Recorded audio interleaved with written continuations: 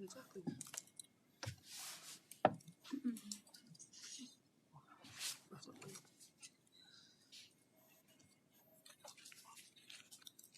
So for this week, we're looking at intrastate conflict,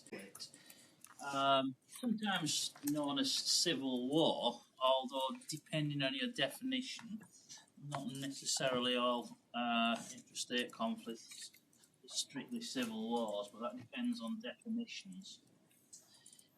So we're talking about war within the boundaries of the state.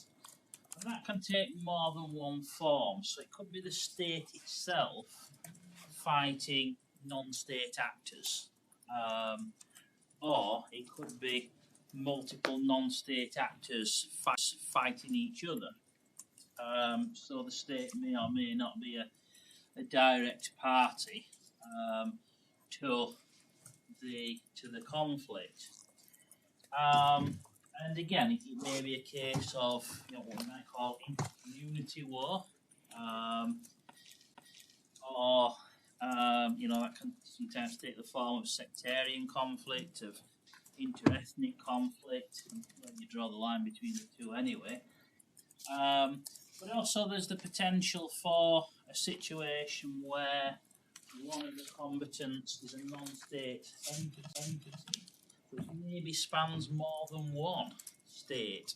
So it could be that this conflict could be taking place within the borders of several states. We're not talking states fighting each other. We're talking maybe more than one state in conflict with an extra state or a non-state actor. So ISIS might be a good example of that.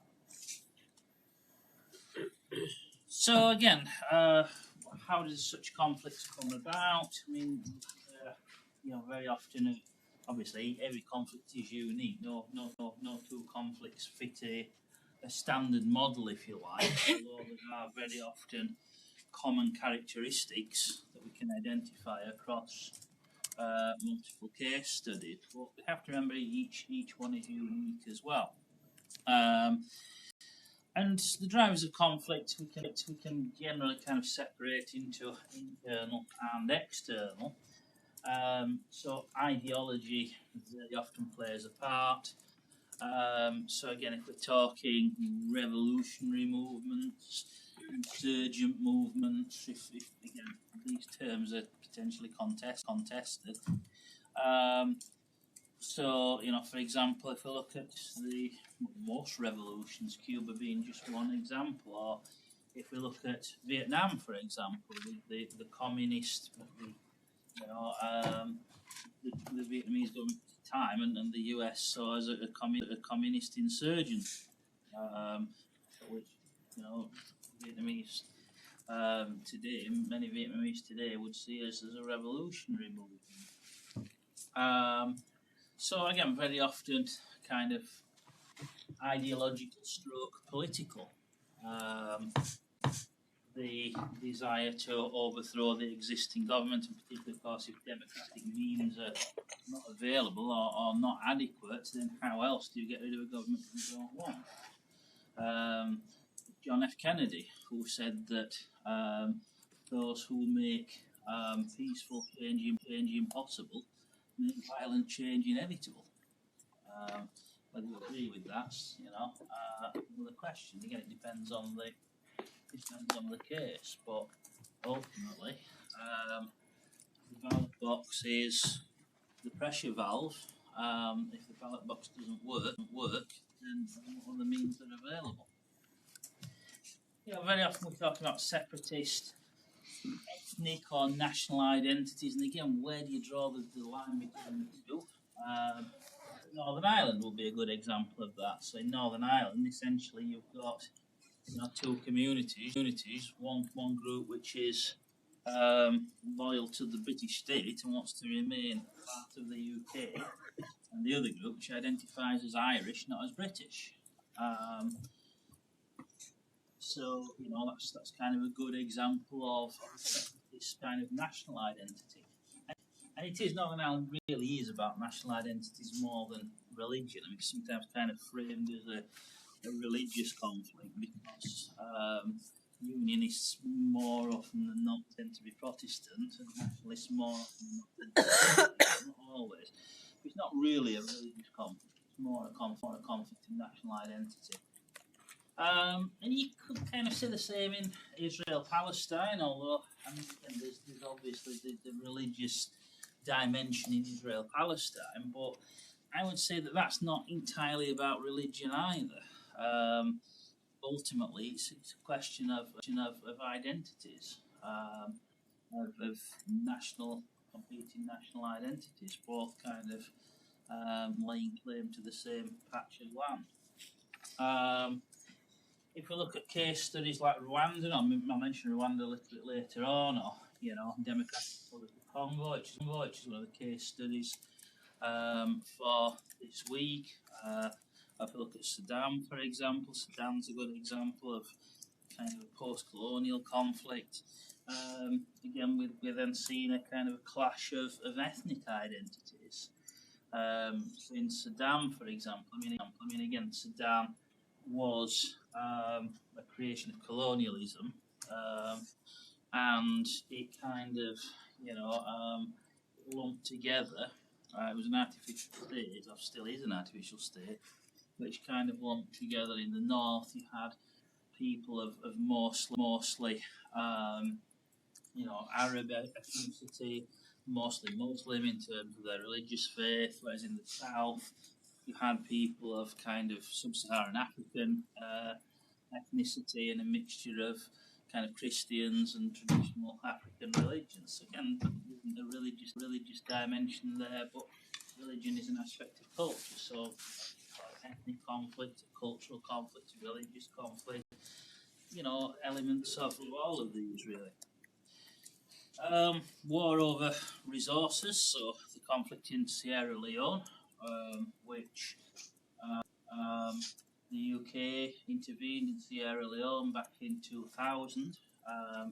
And again, we'll be looking at Sierra Leone later on because in some respects we've actually a case study for organised crime in terms of the kind of criminal gangs who were kind of fighting particularly over diamonds. But again, this is kind of where you draw the line. Where does kind of armed criminal gangs become? At what point does that become an intrastate war? How do you separate the two? Again, Mexico is a good example of that, where you've kind of got the criminal sort of cartels. Do you class that as a law and order problem? Do you look at it through the lens of crime, of organised crime, or do you call it insurgency? Do you call it armed struggle? I mean, it depends which lens you want to view it through. And again, very often, conflict might have a combination of several of these elements. So in terms of external factors, again, I've mentioned post-colonialism, and I'll kind of come back to that in a few moments. The end of the Cold War kind of took the lead off a lot of conflict in that, again, many, during the Cold War period, many kind of weak states and what we might call developing states, states in the global south, were kind of supported by one side or the other in the Cold War. So they had the patronage of the US or the USSR, and often dictatorships, propped up by one side or the other.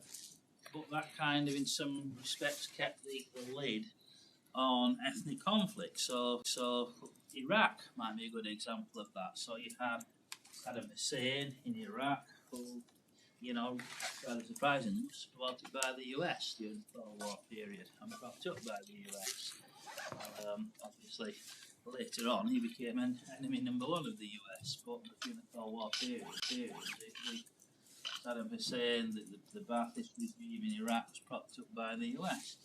And, you know, Saddam Hussein was definitely not a nice guy. You know, he was a brutal dictator, very brutal dictator. But he did keep the lid on a lot of conflict, a lot of ethnic conflict. He spotted it with an iron fist.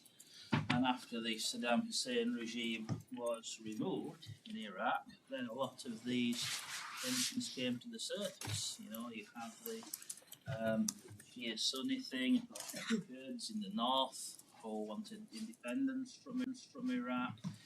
Have lots of, you know, kind of inter-ethnic tensions which have been there all along, but which have kind of been, you know, the Saddam Hussein regime kind of kept a lid on them. As soon as that was removed, then all of that, boom. We also have to look at, and again, you know, those of you who did UIR last year will remember we talked about the dependency model. We talked about how arguably so-called developing countries, in many cases, are no such thing. They're not developing because they are not able to develop. Because arguably they're kept in an artificial state of dependency due to debt traps, etc. The neoliberal model, the global capitalist neoliberal model,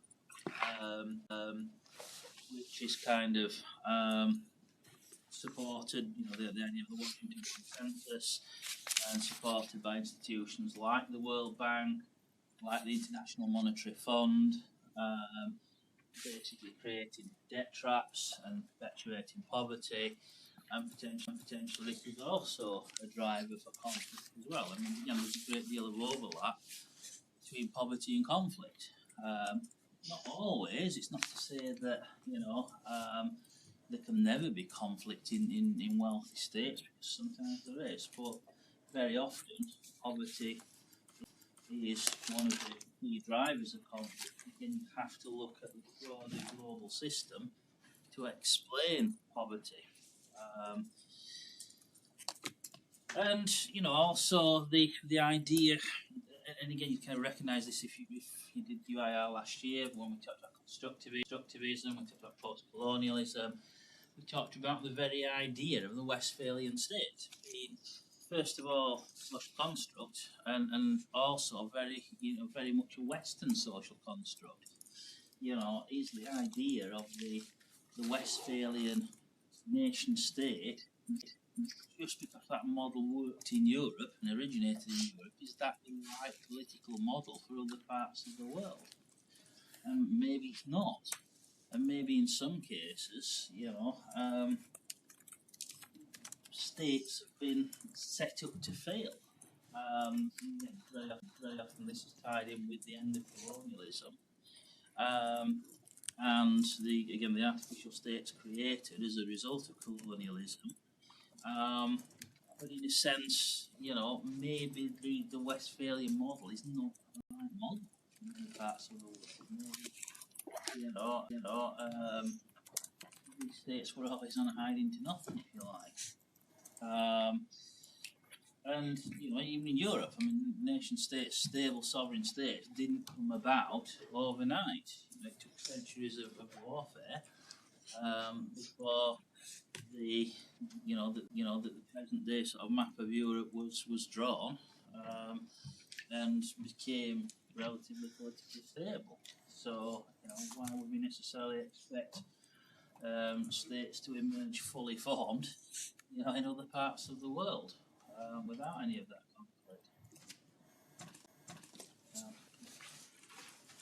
So yeah, the idea of the weak state. So weak states, basically, are those states which really lack the ability to fully control their own territory and to clamp down on armed groups within the state's boundaries. And again, this is a mixture of lots of different things. So it can be poverty is you know, the starting point for a lot of it, because if you don't have the resources, you know, if the society is poor, then you know there's a limit to how much money you're going to be able to raise through taxation. There's a limit to the state's ability, therefore, to fund its institutions, to fund things like effective police and armed forces and courts and so on. So the state may lack institutional capacity, may lack ultimately linked to that coercive capacity, may not have the ability to enforce its will. But also, the whole idea of is there a national identity that people identify with? You know, again, in many cases, we're talking about states which are artificial, which are product of colonialism. Is there actually a national identity that, you know, people identify strongly with? And if not, then obviously that's going to be a challenge to the ability of the state to get everyone to pull in the same direction. So yeah, in many cases, weak states, in effect, don't have the monopoly on the instruments of political violence. So again, we talked about sovereignty and the idea that one definition of sovereignty is a monopoly on the legitimate use of force. Now, legally speaking, the state always has the monopoly on the legitimate use of force, but in practical terms, can the state prevent other groups from using force? And if it can't, then, you know, and again, Mexico, a good example of a weak state. So weak states lacking the capacity to provide law and order, protection for citizens, and again, if the state can't protect you, then you've got to look elsewhere for protection. So if the state is not able to protect you, but the local warlord can, you know, or the local gang, or whatever you want to look at it, then what are you going to do? You know. And again, also kind of things like transport and infrastructure and so on. Again, it's all kind of linked. You know, lack of state institutional capacity, poverty in many cases, the state's kind of inability to do the things we would expect a state to do and provide the things that the state should provide. So things like healthcare, education, food supply, even things like emergency assistance.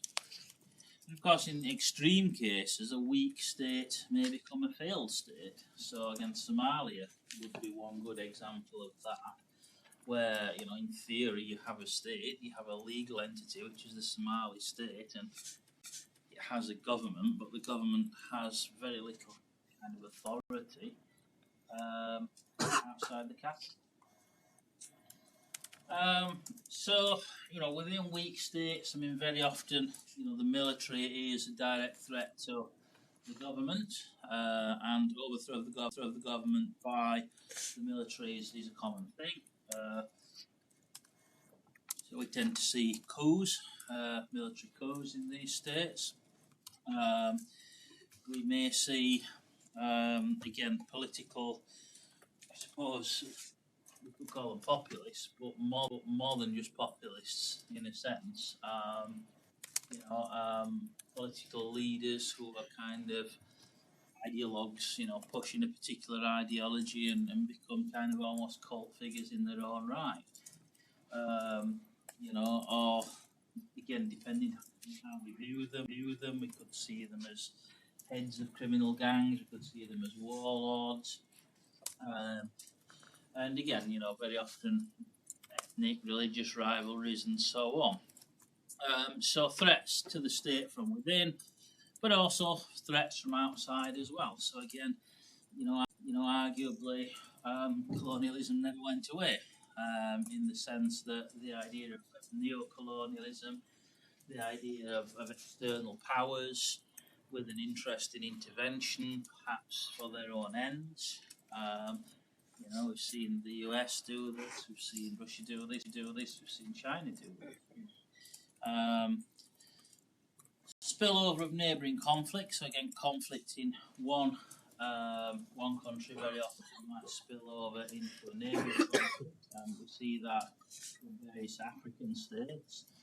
The influence of private military companies, and again, these might be kind of state-backed as well. So, the Wagner Group, for example, the Russian group, no longer called Wagner, they changed the name after events a couple of years ago. But yeah, the influence of private militaries, which may or may not be backed by outside states. And again, we have to look at the role of organisations like the IMF and the World Bank, and again, the debt traps that they might create. We have to look at NGOs sometimes. I mean, we tend to think of NGOs as the good guys, but not always. Not always. I mean, we do see examples of NGOs being, becoming corrupt effectively, and becoming instruments of, empires, fiefdoms for the elite control. And of course, the arms trade, weapons dealers. There's money to be made. War is profitable. So weak states have kind of a. We talked about the security dilemma last week, and the idea of the security dilemma originally was developed, of course, with regards to states and other states. So again, if I'm a state and I'm trying to from a realist perspective, I'm trying to make myself stronger so that I can feel safe, so that the state next door can't attack me. But of course, then the state next door is going to see me as a threat, and so they're going to do the same, and I'm going to see them as more of a threat, and so on. So that's kind of the classic interstate security dilemma. But the same mechanism, in a sense, can work within a state as well. So the state takes action to strengthen its own survival and its own authority, but in doing so, the state can then perhaps become more repressive, or become seen as more repressive, and that can, strengthen opposition to the state. So it's a similar kind of mechanism. By trying to enforce its authority, the state can actually sometimes increase resistance to its authority. So again, it's about how do you go about state building in a way which is seen as positive by the citizens rather than seen as a threat. So the state's responses, again, in some cases may be quite brutal, maybe iron fist stuff. The repression, the use of force to crush protest groups, or individuals might be targeted who are seen as kind of threats to the state, enemies of the state, and again, we see this around the world, in various what we might call, authoritarian, totalitarian states, and states particularly with bad human rights records. Things like obviously used of arbitrary imprisonment or execution, torture, disappearances, up to and including genocide and ethnic cleansing. The armed forces, again, may be seen as a threat by the government, so they may deliberately keep the armed forces weak because they fear overthrow by the armed forces. But then that in itself, of course, weakens the state's capacity to control other groups within its borders.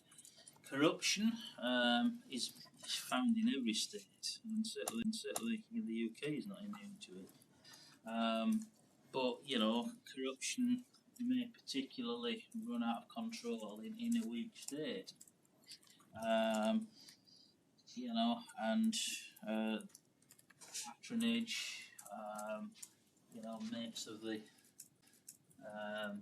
mates of the rulers and so on, blind eye turn to their activities, awarding of government contracts, government money being siphoned off. And again, I'm saying we never see that in the UK because arguably we do. The use of divide and rule politics, and again, common tactic. The idea is that if you can't rule them, then keep them fighting each other. The last thing that an unpopular regime wants is, is various groups uniting against the government. So long as they're fighting each other, they're not fighting the government. The manipulation of democratic mechanisms. So again, we see in many states. I mean, Russia's a good example of this, where in theory Russia is a democracy and there are elections held. But it's I remember who said, I think it was Stalin who said, it's not the vote that counts, it's who counts the votes. And it's not just a case of rigging the ballot, although that happens, but also the elimination of all effective opposition. So you kind of have tame opposition who are kind of there to, give the illusion of democratic choice, but the reality is, in Russia, for example, if anyone emerges who is a real threat to Putin, then they're likely to fall out of a window, or get a bad case of food poisoning, or just end up in jail on a trumped up charge. Manipulation of the democratic process. But again, also, the use of external actors. So again, the state may actually bring in private military companies to prop up its own rule. But, the state may also, in some cases, engage in more positive state building and actually strengthen itself in a more healthy way in terms of, strengthening its own institutions, without necessarily resorting to iron fist stuff. And arguably that is the way forward, but actually achieving it's another matter. So I kind of mentioned post-colonialism. So again, those of you who did UIR will remember this from last year. So if, for example, and this is just Africa, obviously the same thing applies in other parts of the world, but using Africa as an example. So let's go back just over 100 years to, just before the First World War, look at the colonial map of Africa. And almost all of Africa was under colonial rule at that time. You had, Ethiopia, although more commonly known as Abyssinia back then, which was a state.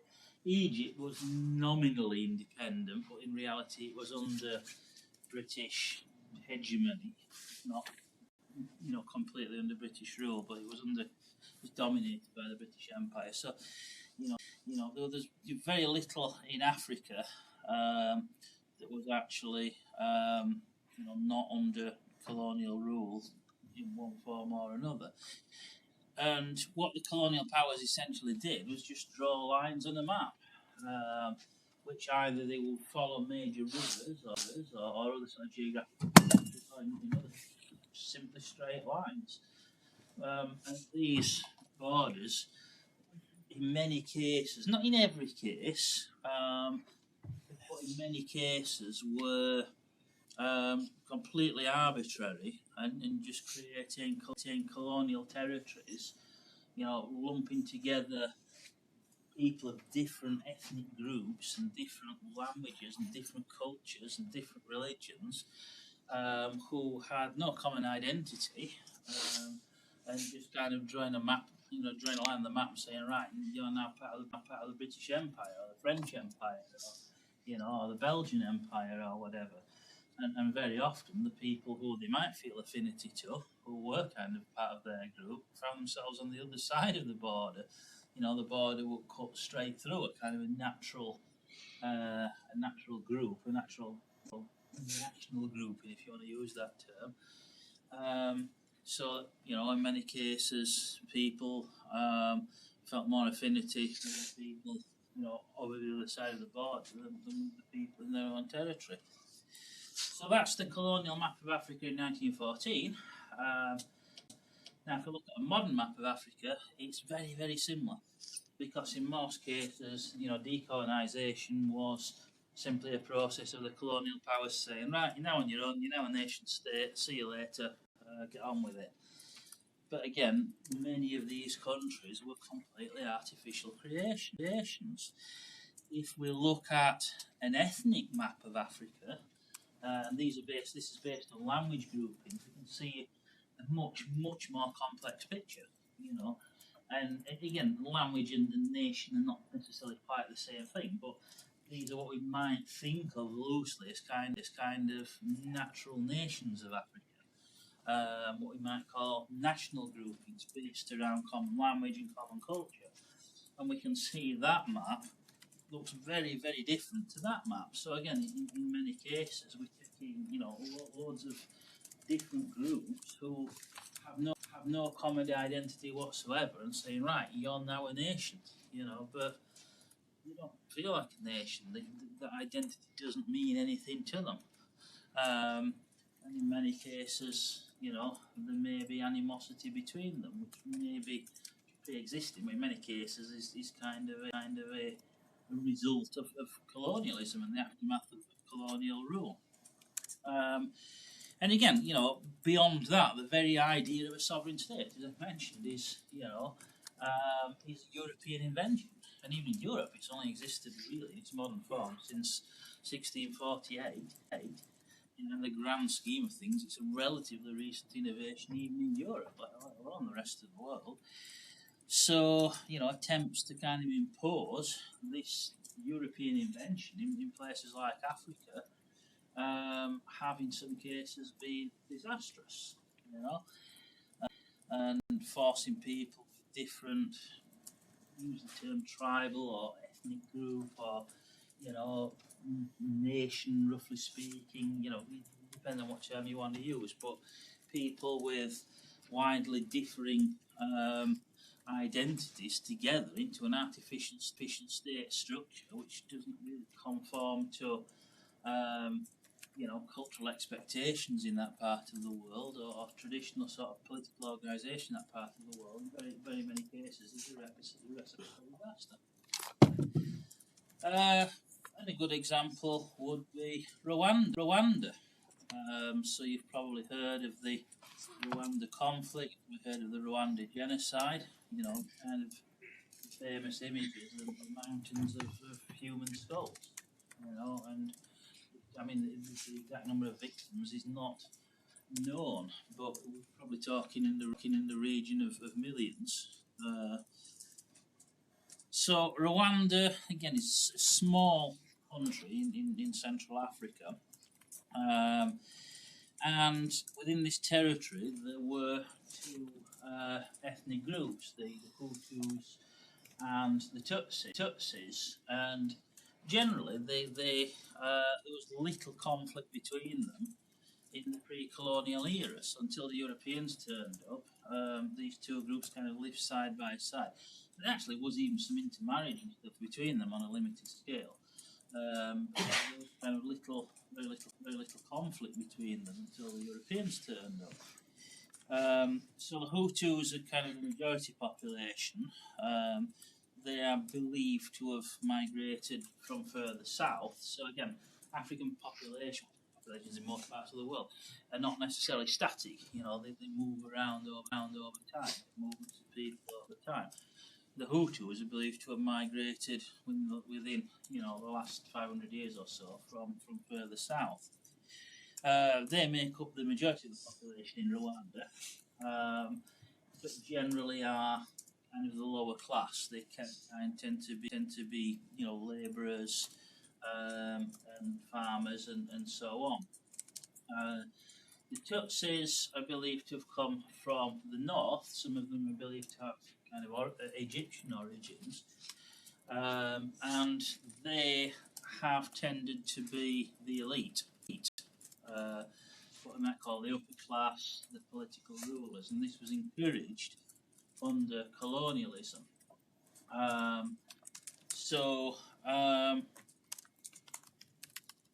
Originally, Rwanda was a German colony, but later later a Belgian colony. And under Belgian rule, which was quite harsh in actual fact, the Belgians imposed quite brutal rule in Rwanda and elsewhere as well. But under Belgian rule, the Tutsis were kind of, patronised and kind of supported to be kind of the ruling elite, and the Hutus were kind of strictly kept down. On independence, once Belgium could no longer keep hold of its empire and Rwanda became an independent state, the Hutu, who were obviously the majority, used their weight in numbers to take control. But by this point now, there's a lot of resentment against the Tutsis, which again there haven't been prior to colonial rule. But the way that kind of the colonial rulers had favoured the Tutsis created a huge amount of resentment against the Tutsis among the Hutu. And this led to the Hutu majority independence to persecution of the Tutsis. And ultimately this kind of blew up into a civil war, so a lot of the Tutsis kind of fled across the border, a lot of them went to DRC, which helped to destabilize DRC as well. And then again, this is kind of one of those examples of, an inter-ethnic conflict kind of crossing national boundaries. But the Tutsis formed rebel groups, particularly in DRC, armed themselves and came back into Rwanda, and this led to a civil war within Rwanda. Ultimately, kind of the mid-90s led to a power-sharing agreement, and the United Nations sent a peacekeeping force in. At that point, it looked as though the situation has been stabilised. But then the Rwandan president was assassinated, and exactly how that happened, is still disputed. But certainly, the Tutsis were seen as responsible, and following the assassination, basically, explosion. Once again, there was an explosion of anger and hatred against the Tutsis on the part of the Hutus, and that culminated in a genocide, basically. So in the situation where, again, the exact numbers no one will ever know, but 1 to 2 million is probably a reasonable estimate, which for a small country is a lot of people in any country, particularly given the size of Rwanda. So the kind of images, you won't remember this, but I remember this in the mid-90s. Images you'll see on TV. Stacks of human skulls, pyramids of them, and these are some of the refugees. So it's not just a huge number of people who were displaced as well. So you can see this kind of long human convoy of people who were displaced in this conflict. So again, Rwanda is a good case study of, it kind of illustrates a lot of the points that I've made. Rwanda in a sense an artificial country, the aftermath of colonialism, the pattern of former colonial rulers favouring one group over another created resentment among the group who were more oppressed, creating those inter-ethnic tensions which didn't really exist before colonialism. But after independence, those newly created ethnic tensions then come to the surface, and the result being a human disaster. But also, again, the conflict spreading across borders into neighbouring states as well. So again, the Tutsis flee into DRC because, again, the border is artificial anyway. The Tutsis would have relatives and living over the other side of the border in DRC. So the border is pretty meaningless from their point of view. It's pointing about artificial states.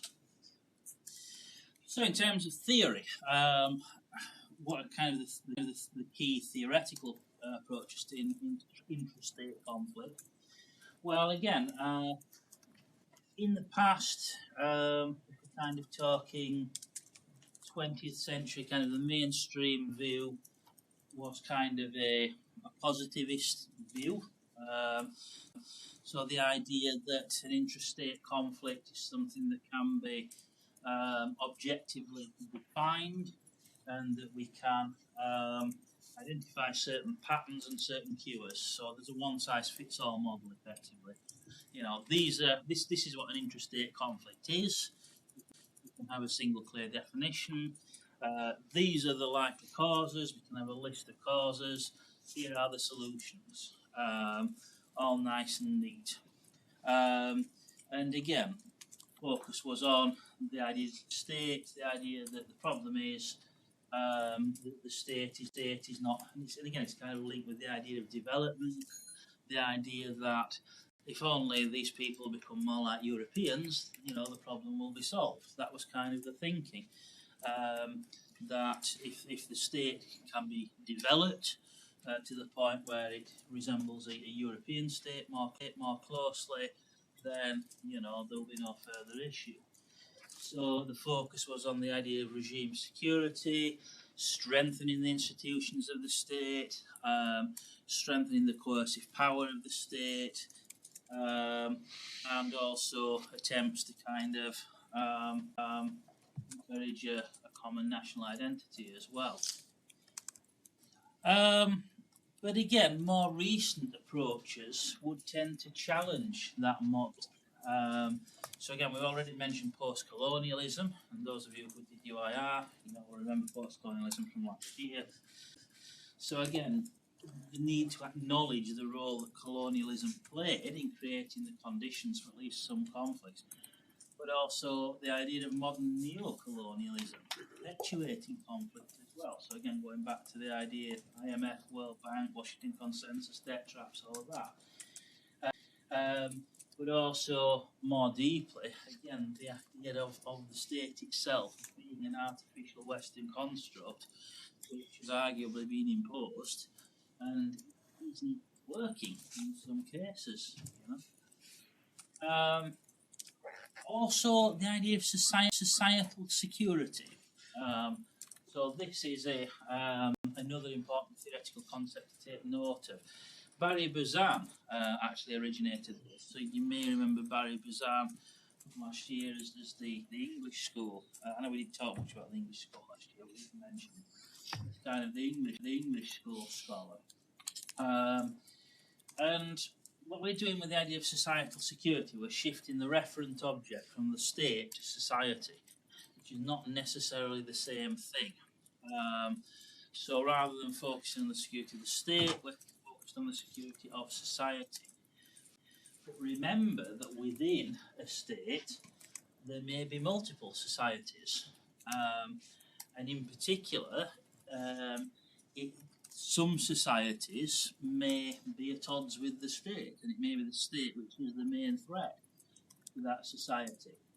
So if we think about Australia, for example, if we think about the Aborigines, now the Aborigines have their own society, or actually more than one, because the Aborigines is not a homogenous group by any means. There are many different languages and cultures among the Aborigines. But basically, you kind of got this pre-existing political structure in Australia, which has been around for thousands of years, and if you actually kind of look at how the different Aboriginal groups worked, they had diplomacy between them, and sometimes there was warfare, sometimes they fought each other, but not very often actually. There was little sort of conflict between different groups, but they did have diplomacy. They had a concept of an ambassador, what we would call an ambassador, but the same concept, and even the idea of diplomatic immunity. You know, the idea that they don't shoot the messenger. Um, there was a concept of diplomatic immunity. There was a well-developed system, political system within Australia long before Europeans turned up. And then along come these Europeans and colonise Australia and set up a state and a government and institutions and law and so on. Because again, this was kind of the thinking of colonialism. They kind of didn't recognise the legitimacy of what previously existed. The Europeans actually turned up and declared Australia to be terra nullius, i.e., land which belongs to no one. And I'm sure the Aborigines would say, "Oh, hang on a minute, we've been here 10,000 years. It belongs to us, actually." But they were just completely ignored, and arguably have continued to be ignored right up until the present day. And until relatively recently, heavily persecuted. So that's an example of a society within a state which is not necessarily, the mainstream, what I call a mainstream society within that state, but in the case of Australia, a pre-existing society, and arguably the main threat to that society is the Australian state itself, or perhaps less so nowadays, but certainly was up until quite recently. So yeah, societal security, the idea of society or societies within the state as the referent object rather than the state itself. So again, Bazan kind of focusing on the need to recognise and develop sustainably pre-existing political and cultural institutions, rather than sort of saying, well, all that is irrelevant now because European, again, it's this kind of very arrogant, idea that European ways of doing things must be superior, and therefore, these people need to become like Europeans. Actually, it's about recognising that, well, maybe what works in Europe doesn't work here, and maybe we need to actually focus on the older pre-existing political and cultural structures, which already exist in these parts of the world. So it's about de-emphasising the role of state power. So it's kind of shifting away from this idea that, the problem is a weak state, and if we strengthen the state, the problem will go away. It's about maybe recognising that in some cases the state is the problem, and strengthening the state is not the solution. It's about looking at the pre-existing societies and building on what already exists might be the solution. And again, also recognising that a society may not be directly linked to state territory either. It may cross state boundaries. The Kurds, again, a good example. The Kurds being a group which exists across several states. So yeah, kind of threats to a society.